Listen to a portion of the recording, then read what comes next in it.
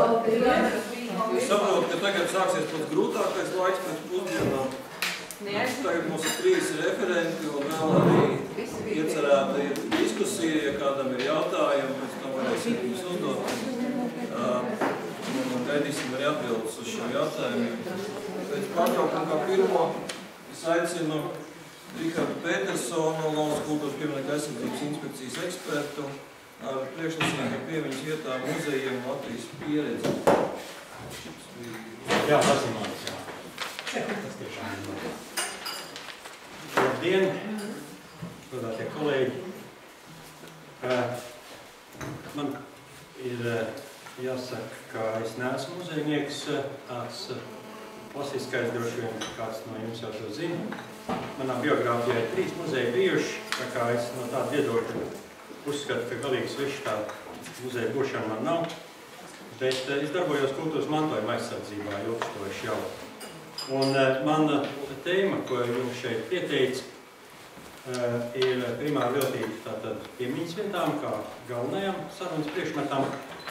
Un muzeja man ir tā kā pakārtot, bet es mēģināšu ļoti to muzeja lietu, tā teikt, nemēģināt skart dziļi un arī tā saudzīgi, jo es saprotu, ka muzejnieku pulkā tas var būt pat riskanti savā ziņā, tāpēc es centīšos būt pietiekami uzmanīgs.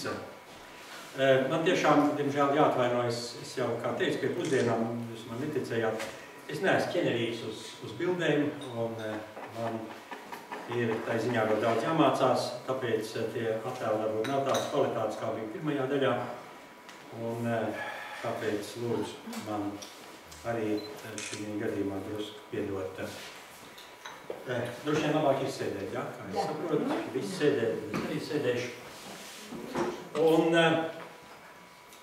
pirmā kārtām tātad piemiņas vietas un piemiņas vietu nepieciešamie priekšnoteikumi. Es mēģināju to lietu drusku tā kā arī pat teoretizēt, man tas ļoti iepatikās, ka man piedāvāju šo tēmu izstudēt un jums likt priekšā, un tad es ar to arī tā kā bišķi esmu iesācis un jums paskaidrošu, kur es to materiālu esmu ņēmis. Tātad piemiņas vietas nepieciešamie priekšnoteikumi ir 3. Tas ir notikums. Nākamais, tās ir notikumā iesaistītās personas vai persona, vai pat ļaužu grupa, kas varētu pārstāvēt arī plašāk kādu sabiedrības daļu, visu tautu kaut vai, protams. Un vistrešais, beidzamais, tā ir notikuma vietas topogrāfija.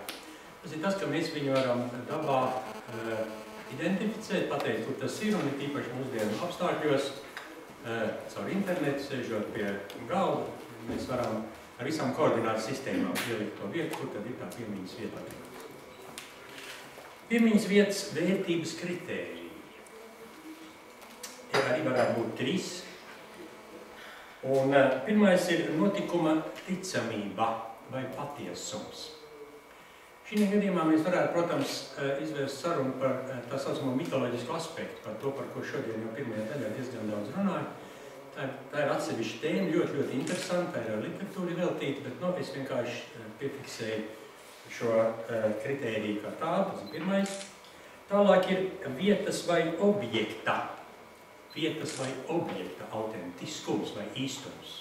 Vārds autentiskums dikti patīk. Šobrīd arī dažādi starptautiski dokumenti lieto šo vārdu autentiskums, pieminekļu aizsardzību vispār runā tikai par autentiskumu tagad, bet mums latviešiem arī ir savs vārds, kas ir īstums, un, protams, mums ir saprotams, ar ko tas ir domāts. Un visbeidzot, trešais ir notikuma svarīgums. Bet notikuma svarīgums ir ļoti mainīgs aspekts, kas var būt dažāds, to jau pirmajā daļā arī pieminēja. Tas ir atkarīgs no ļoti daudz dažādiem apstākļiem, un jūs te visi profesionāli cilvēki esat, man par to jums īpaši nav jaunā. Bet, lai mēs nonāktu pie piemiņas, ir vajadzīgs vēl kas ir patiesībā vēl pirms piemiņas.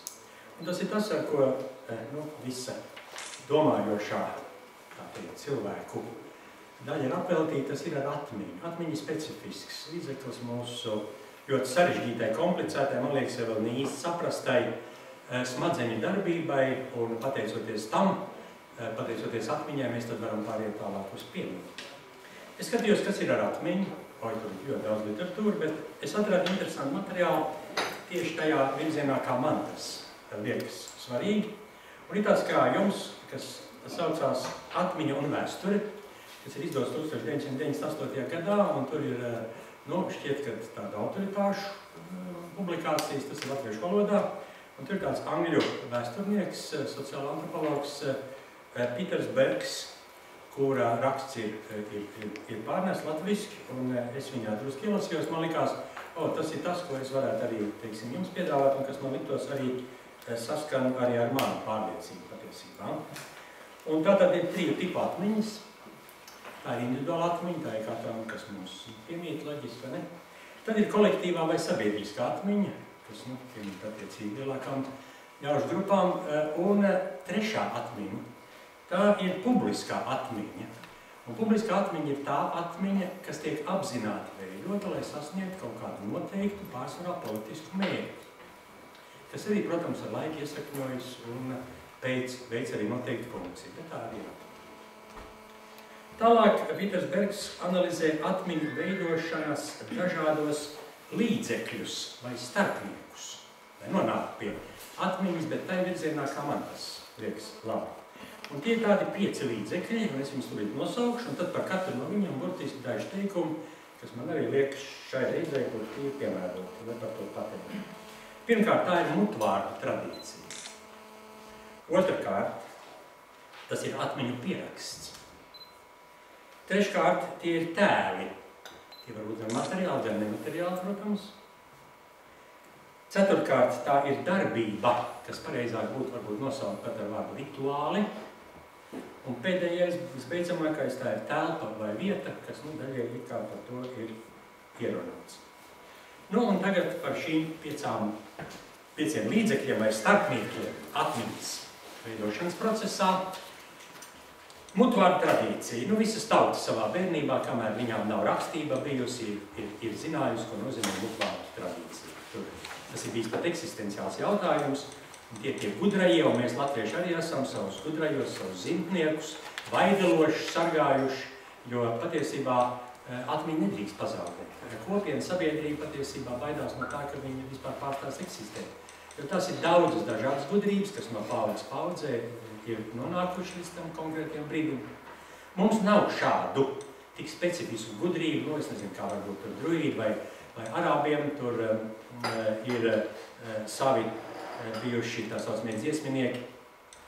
Bet mums ir fantastiska mutvārdu tradīcija. Šī mutvārdu tradīcija, ko lai tā es neesmu bijis pie oriģināla, internetā es nemācīju atrast tā smuki, bet tā ir Krišāna Barona vāktā tautas dziesmu krājums, un runa, protams, ir par tautas dziesmām, kas ir tautas dziesmas, kas ir daudz tūkstošu ļaužu mutvārdos paudžu atmiņās sakrāta gudrība. Tā ir fantastika, protams, un te jūs, protams, redzat bildes, un te ir tā atzinība, ko šis krājums ir ieguvis, un tas ir lieliski, ka mēs ar to esam arī pazīstami pasaulē. Ir piemiņas zīmes, 2 pat, kas vēstīja par to, ka kopš, nevar īstā redzēt, tur jābūt rakstītām tā, ka šajā ēkā kopš 1963. gada atrodas UNESCO sarakstā ierakstītais Krišāna Barona Daimu skapis, angliski un latviski. Lieliski! Tas ir ārkārtīgi svarīgi, arī tālāk jau par piemiņu runājot, ka šādas piemiņas zīmes tiek izvietotas. Likteņa ironija ir, ka šis Daimu skapis un šīs piemiņas zīmes atrodas ēkā, kas patiesībā simbolizē kaut ko citu pavisam, un savā ziņā totalitārismā padomji, nebija jau tās tautas dziesmas aizliegts, bet katrā ziņā, kā mēs zinām, ar šo tautas dziesmu mēs apliecinām savu nacionālo identitāti un nacionālais jautājums komunistiskajā vai bolševistiskajā pasaules uzskatā jau bija viens no tādiem, kuriem kaut kā vajadzēja, protams, ar to iziet cauri, bet, katrā ziņā tālajā rezultātā kā komunismā, tur jau tautas dziesmas noteikti nebūtu bijušas vajadzīgas. Nākamais ir atmiņa rakstiskās piezīmes. Pie šīm atmiņa rakstiskajām piezīmēm es pierakstu arī audio liecības, kas izriet no tā pēdējā muzeja, kurā es šobrīd arī darbojos. Un attiecībā uz šo atmiņu pierakstu Pīters Bergs raksta kā citāts. Lasot atmiņu pierakstus, viegli piemirsties tas, ka mums nepavisam nav darīšana ar pašu atmiņu, bet gan ar tās pārveidojumu rakstībā. Citāta beigas. savā ziņā varētu teikt, nu kāda starpība galā, jā, bet, nu, kas mēs esam muzejnieki, nu, vismaz es daļēji. Un pavisam nesen es skatījos pats savu atmiņu pierakstu, ko es esmu veicis pirms vairāk kā 20 gadiem, strādājot Jūrmālas muzejā ķemeru ekspedīcijā. Un man vajadzēja izmantot tagad šo atmiņu pierakstu, un es esmu viņu pierakstījis no tā cilvēku vārdiem. Mēs esam abi parakstījušies, bet es redzu savu pienesumu pie šīm atmiņām. Tas nu ir diezgan viennozīmīgi. Tālāk, Juris Paiders, nu pat pavisam nesen Neatkarīgie Rīta avīze ļoti interesantu diskusiju iesāk par vienu leģionāru atmiņām, kas ir izdots dienas grāmatas veidā.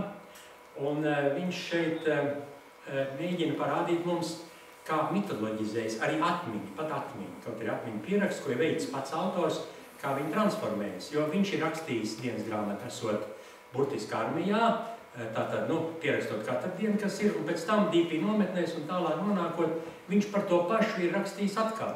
Tā ir pašā reizā, bet rakstot jau par to, kas ir bijis.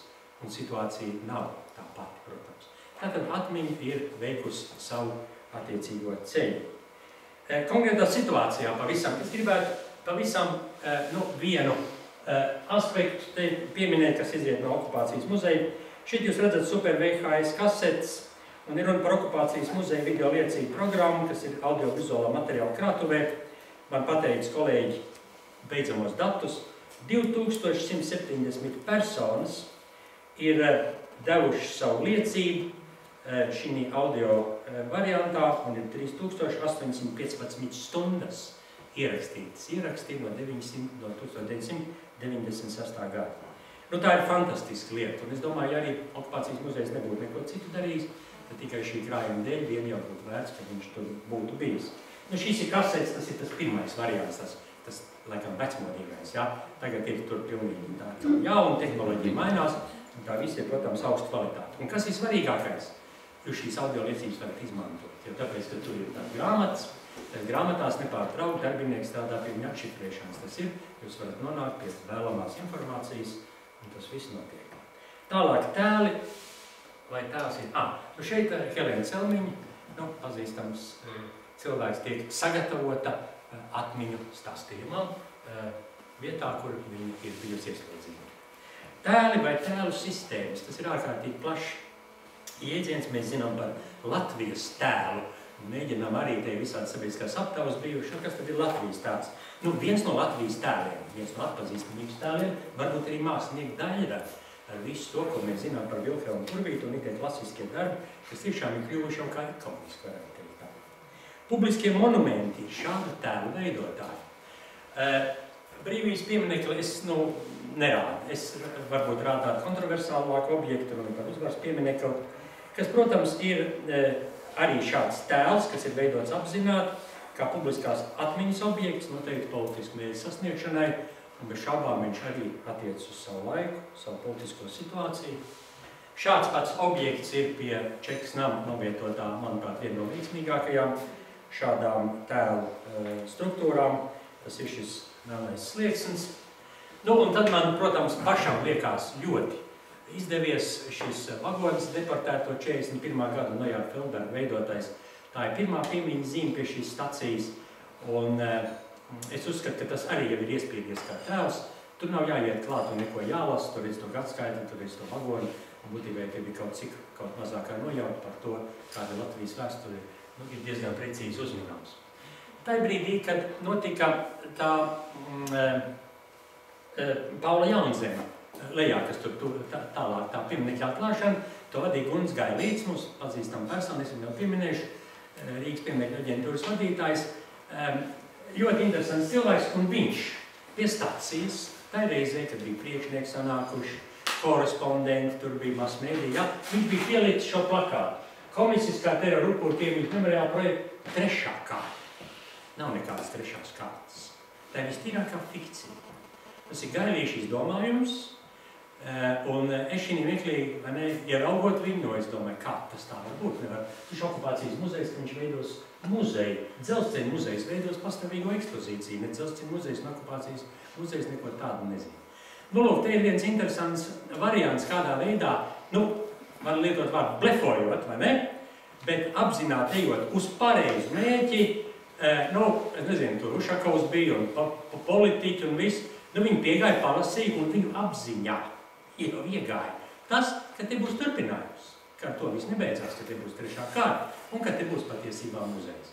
Apsveic Gailīti, protams, ar viņa ļoti veiksmīgo šādu te akciju, patiesībā, ko viņš te ir uzvērst. Otrā dienā jau tur nebija nekā vairāk, tas viss jau bija noņemts, tas bija tikai vienai reizē. Darbība vai rituāls? Tautas kolektīva atmiņa, nu, Jāņi, mirušo piemiņas dienas, te, protams, ir pietiekami daudz visu, ko mēs varētu uzskaitīt, bet viens no, manuprāt, skaistākiem, emocionālākajiem un nu, tādiem uz kolektīvu atmiņu vērstiem rituāliem ir šī svecīša likšana 11. novembra Krastmalā,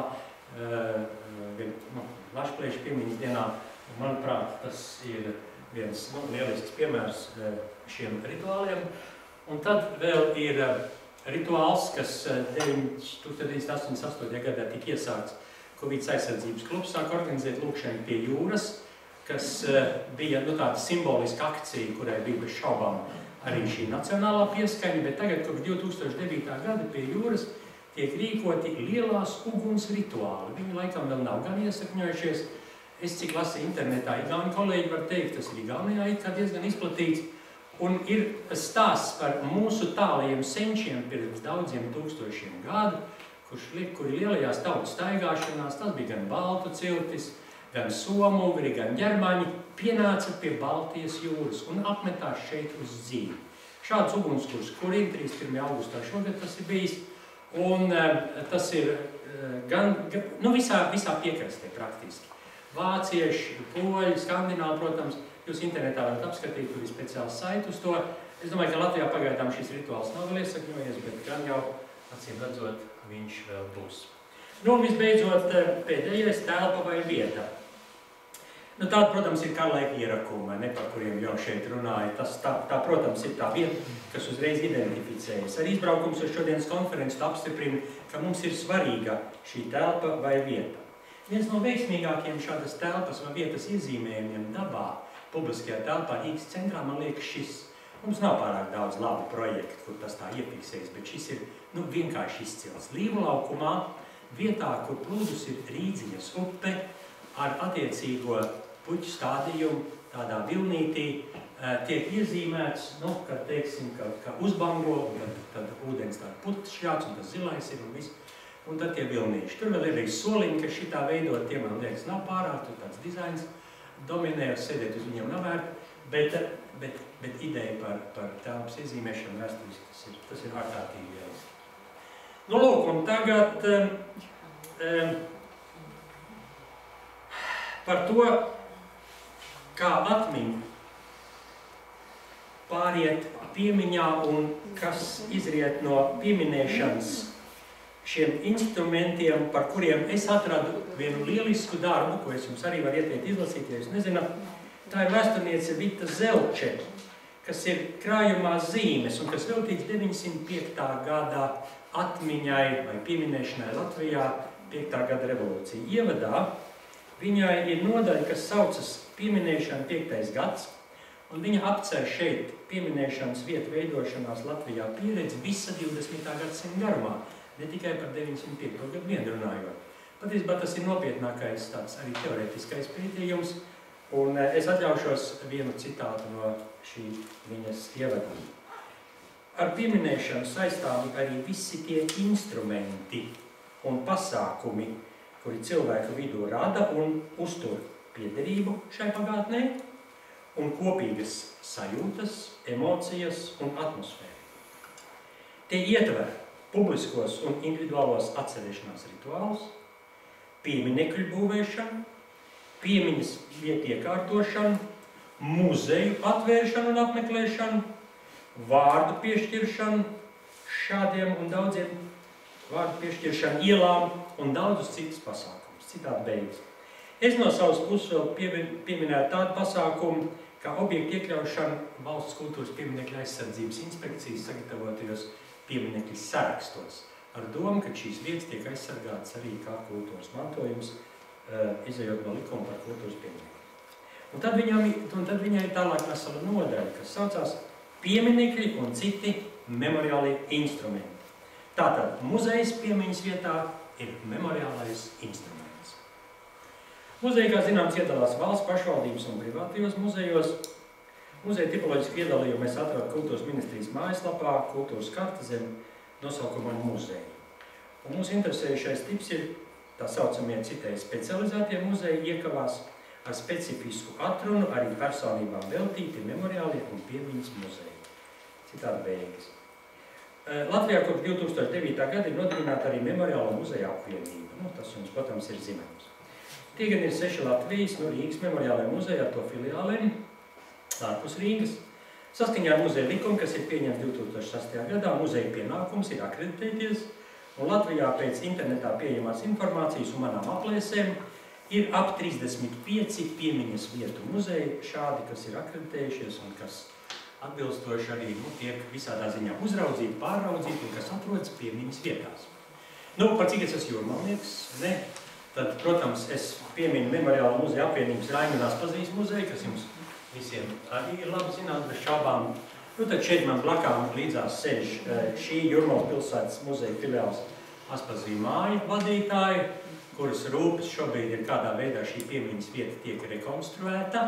Ļoti atbildīgs darbs, un klausoties viņas gandrīz vai ikdienas paustajās rūpēs un lielajā atbildības sajūtā, ko es dzirdu, es saprotu, ka man nebūtu īpaši jāreizējas, ka tā piemiņas vieta savu kvalitāti nezaudēs. Un vēl ir Latvijas Kultūras akadēmijas Smilģa teātra muzejs, kas arī ir tāda piemiņas vieta. Es gan nevarēju atrast, man likās, ka viņa akreditācija ir beigusies jau pēc tā termiņa, šķiet, ka tad droši vien viņš gatavojas nākamajā. Šo lielo muzeja darbību, to skaitā piemiņas saglabāšana, piemiņas vietas uzturēšana, ir, manuprāt, atbilstošā kvalitātē. Un ja arī ir kāda atsevišķa novērojuma, tad par šiem 35 muzejiem tad man jāgatavojas īpaši, un es to nemaz neesmu mēģinājis darīt. Bet man vairāk saista muzeja vai kolekcijas, vai kā kultūras kartē definēts krātuves vai ekspozīcijas.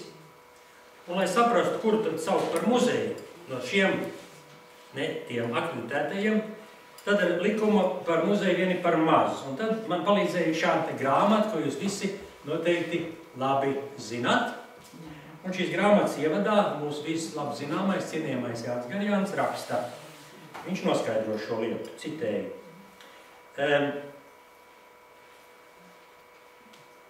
Tās ir 3 pamatfunkcijas, kas veicamas muzejām kā sabiedrībai pieejamai institūcijai, un tās ir vākt un saglabāt, pētīt, popularizēt un eksponēt sabiedrību un tās vidi raksturojošas materiālus un nemateriālus liecības, pētnieciskos, izglītojošos un izklaides nolūkos. Citādi beigas.